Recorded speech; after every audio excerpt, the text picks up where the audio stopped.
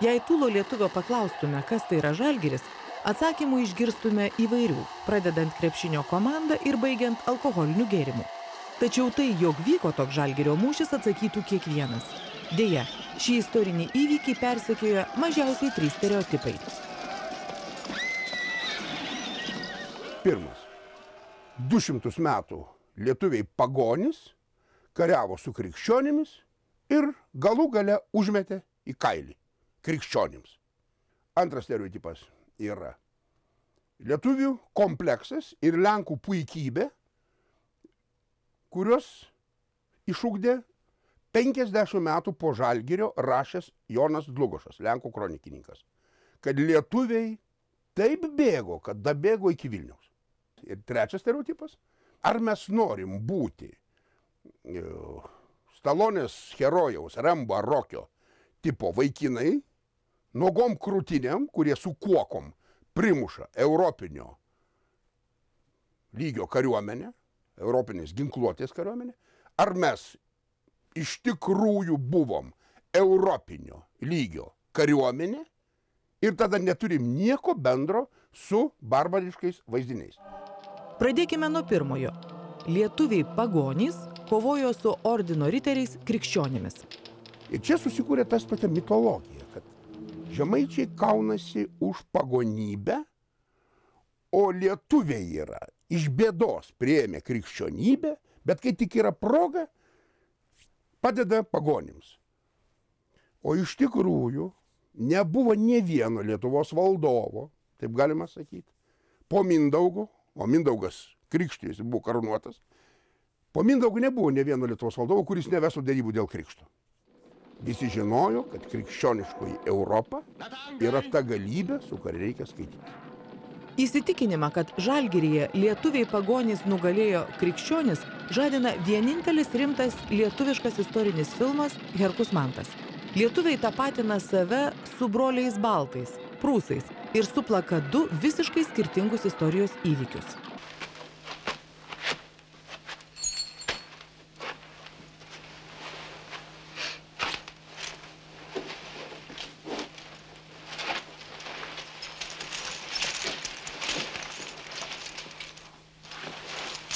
Jok į Lietuvą ir sakyk, jie jau peržengė mūsų lavonus.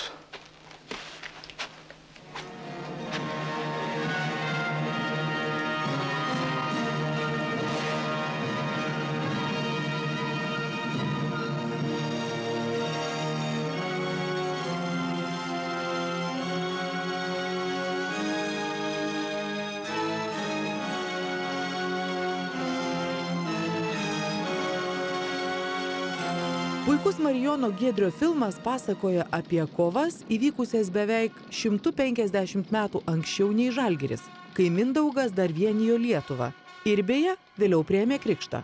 Po to vyko nuožmus kryžiaus karas. Reikia pripažinti, kad mes pralaimėjom 100 metų karą prieš kryžiuočius. Mes pralaimėjom. Kryžiuočiai pradėjo žygiuoti į Vilnių. Ir paskutiniai žygiai, jis sudegintas visas Vilnius. Nebeatsistatė Kalnų parke. Subombarduota žemutinė pilis. Liko tik citadelė Gedimino kalne. Vilnius paimamas. Kas mus privertė sostinės centre pagonių šventyklos vietoje pasistatyti krikščionišką katedrą? Kodėl senosios Kernavės piliakalniai stūkso pliki? Tiesa yra tai, kad pagoniškoji Lietuva karą su kryžiuočiais pralaimėjo. Ordino riteriai, rengdami vieną mūšį po kito, pralaužė ir sunaikino visą medinių pilių liniją palei Nemuną, vadinamą Nemuno gynybinę sistemą. Sugriovė Kauno pilį, vienintelį mūrą saugojusi įplaukimą į Nerį. Vilnius tapo prieinamas. Nuo 14 amžiaus sostinė nuolat šturmuojama. 1383 sudegintas visas Vilnius. 1390 sunaikinta Kreivoji pilis. Vengdama tragiškų pasekmių, Lietuva buvo priversta krikštytis. Ir štai dabar čia yra stebuklas, kad mes kažkokiu būdu vis dėlto sugebėjom išeiti iš tos situacijos. O kaip sugebėjom išeiti? Krikštydamiesi. Vokiečiai mus vis dėlto privertė krikštytis ir krikštą priėmėm iš Lenkijos. Ir su Lenkais kartu jau nugalėjom vokiečius, bet ne dėl pagonybės. Lenkija tai krikščioniška šalis. Dėl to reikėtų sakyti, kad yra 3 krikščioniškų šalių konfliktas dėl vietos po krikščionišką saulę. Nederėtų pamiršti, kad nuo Lietuvos krikšto iki Žalgirio jau buvo prabėgęs 4 amžiaus. Buvo pastatyta ne tik Vilniaus katedra, bet ir apie 30 kitų bažnyčių. Teisybės dėlei reikia paminėti, kad iki Vytauto mirties.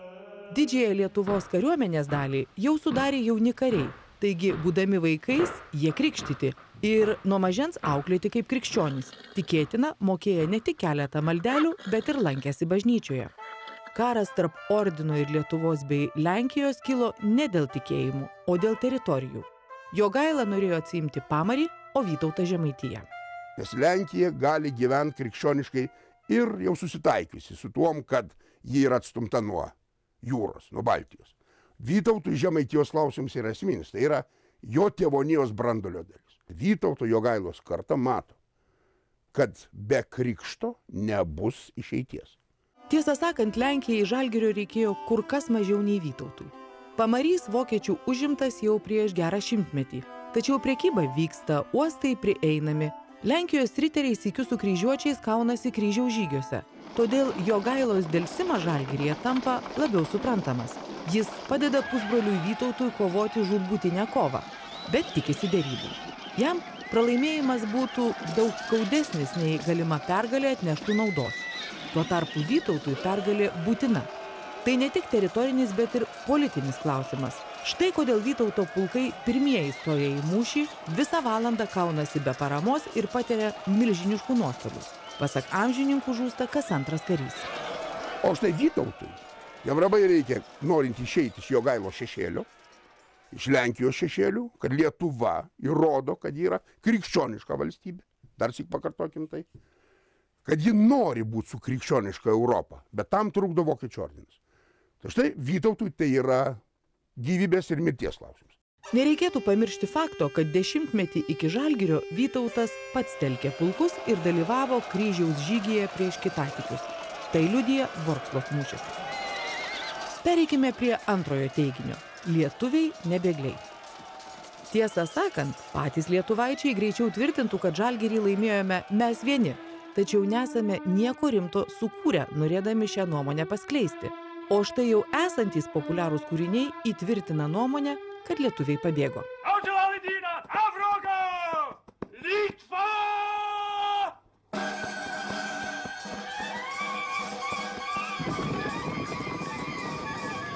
Štai kaip lenkų režisierius Aleksandras Fordas filme Kryžiuočiai vaizdavo lietuvių sutriuškinimą. Pirmiausia, lietuviai vaizduojami puolantys netvarkingai lyg vaikėzdai. Akivaizdu, kad tokia kariuomenė negali laimėti prieš geležinės tvarkos ordino gretas. Vėliau kryžiuočiai arbaletininkai išretina lietuvių kariauną. Tai lieka skystos gretos. Pagaliau ordino riteriai galutinai sunaikina lietuvių kariuomenę lyg aklus kačiukus, o lietuvių pasiuntinys puola prieš Jogailą ant kelių maldaudamas: gelbėkite. Królu, przyjdź nam do odsieczu! Ratuj nasze wojska! Daugiau lietuvių šiame filme mūšyje nebeišvysime. Tai lenkų istoriko Jano Dlugošo gimusio beje jau po Žalgirio mūšio interpretacijos pasekmės. Dlugošų beje buvo sekama ir Žalgirio mūšio rekonstrukcijoje minint 600 metų jubiliejų 2010-aisiais. Visuose inscenizacijose, visuose filmuose apie Žalgirį visur veikia raštininkas. Supras, kad čia yra Dlugošas, lenkų kronikininkas, kuris rašė 50 metų po Žalgirio. Bet iš tikrųjų buvo kronikininkai. Ir Fordo filme Kryžiuočiai netgi vaizduojam palapiniai, kaip rašo vaikinas. Ir yra autentiškas šaltinis, kronika Konfliktus, kuris, žiūrėkit, ką sako. Vytauto žmonės buvo priversti trauktis. Gens Vitoldi cogitur retrocedere. Juos besivejantis priešai pamanė, kad jau pasiekė pergalę, tačiau patys nuo tų, kuriuos buvo priverti trauktis, ėmė bėgti. Tai yra vienalaikis šaltinis. Konflikto kroniką parašė Žalgirio mūšio dalyvis. Tikėtina, kad karaliaus pakancleris Mikalojus Tromba arba raštininkas Zbignevas Olesnickis. Ir tai ne vienintelis vienalaikis su Žalgiriu šaltinis. Mokslininkas Svenas Egdalis slaptajame Prūsijos archyve surado žodžių šaltinį. Neaišku, kas pasirašė, adresuotas laiškas 1413 metai naujajam magistrui. Jeigu Dievas taip nusprendė, kad su savo priešais turite susitikti, surinkti kariuomenę ir ją priešais savo priešus pasiųsti, tai mes jums patarėme. Ir sakykite savo dams, kad jie paklustų ir pasiliktų tose pozicijose, į kurias yra pasiųsti. Stovėtų vietoj, kaip stulpai. Gali atsitikti taip, kad jūsų priešai mėgins apsimesti, jog viena ar dvi vėliavos bėga, bet tai yra planas, kuriuo jie nori suardyti jūsų eiles.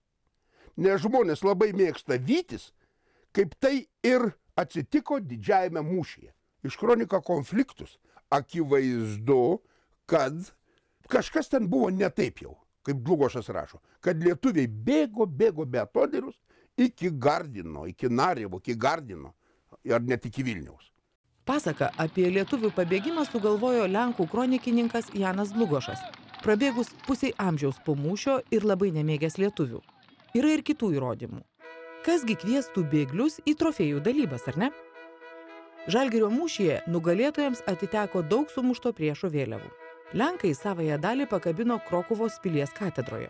Šios vėliau buvo perpieštos į rankraštį pavadintą Banderia Prutenorum – prūsų vėliavos. Originalai dingo, o rankraštis išliko.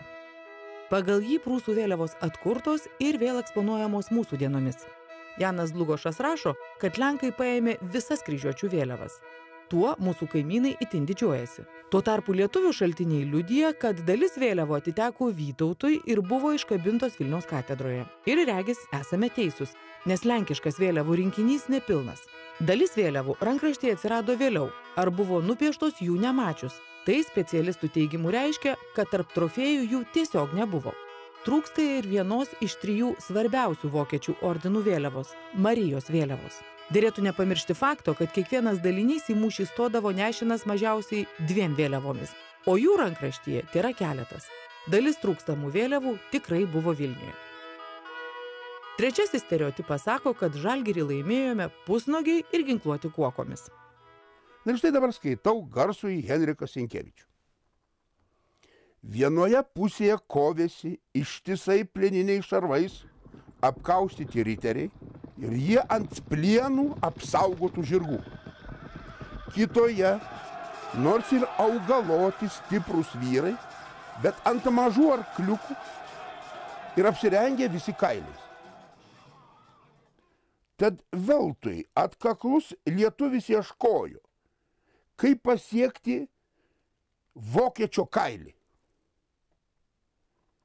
Ragotinės, kardai, iečių smaigaliai, titnagų ar vinių prismaigstytos kuokos atšokdavo nuo geležinių skardų, kaip nuo olos ar pilies mūrų. Štai vaizdinys. Šį vaizdinį dar sustiprina jau minėto filmo Kryžiuočiai epizodas, kuriame į mūšį stoja spragilais, kirviais ir pagaliais ginkluoti lenkų valstiečiai. Skirtumas tik toks, kad lenkų valstiečiai nesprunka nuo vokiečių, o drąsiai eina į pagalbą riteriams ir pribaigia priešą. Negailestingas lietuviams buvo ir Mateika savo paveiksle Žalgiris. Ir kai mes žiūrim į gražų į Mateikos paveikslą, labai dažnai lietuviai galvoja, kad čia Lietuvos kariuomenės. Vytautas taip prieki. Po to gerai pasižiūri, kad čia beveik lietuvių nėra tada. Yra kažkur viena vėliava toli su Gediminaičiais stulpais, bet prieki yra Žemaitis, durintis, jungingas, didelė garbė.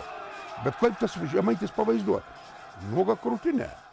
Nu, kaip Čingačgukas iš DDR laikų filmų, kurį vaidindavo Gojko Mitičius.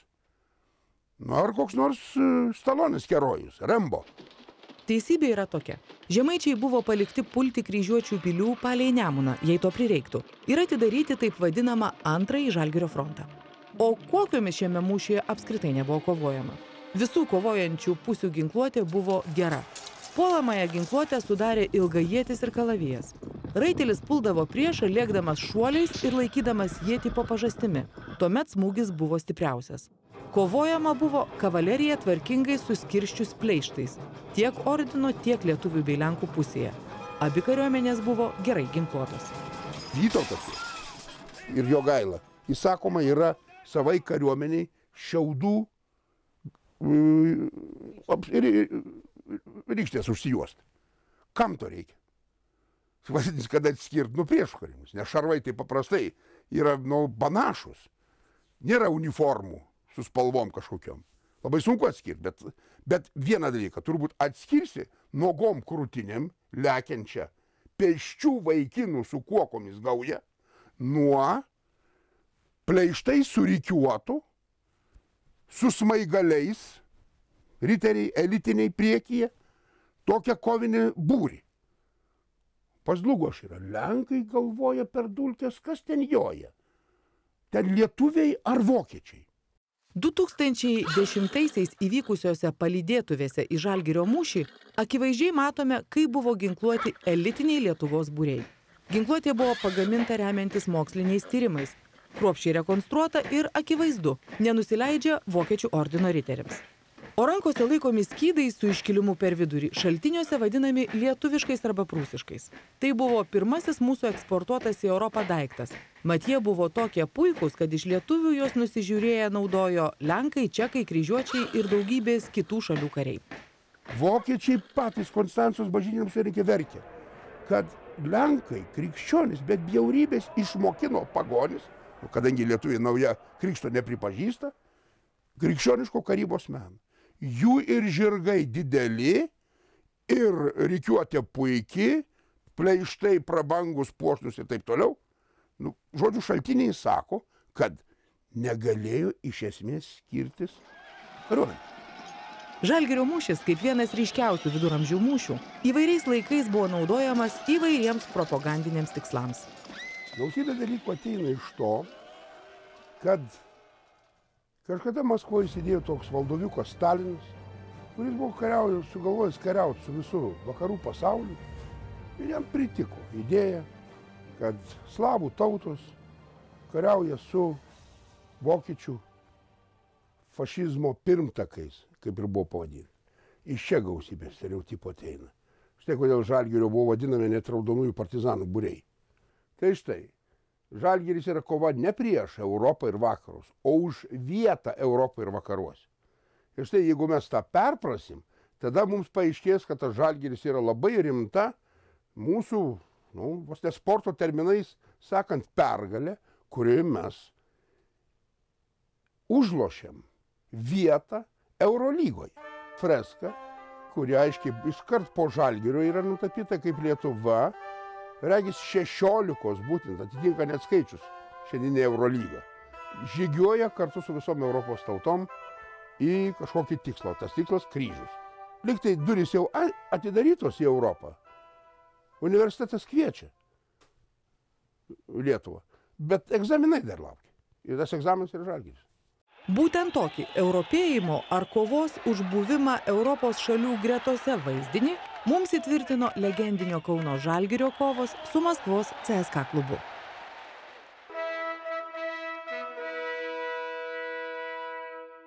Žalgirio mūšį sustabdė Vokiečių ordino agresiją visiems laikams. Jeigu žinom Lietuvos sieną prie Kybartų ir Kudirkos naumiesčio, tai ta siena yra Žalgirio nubrėžta.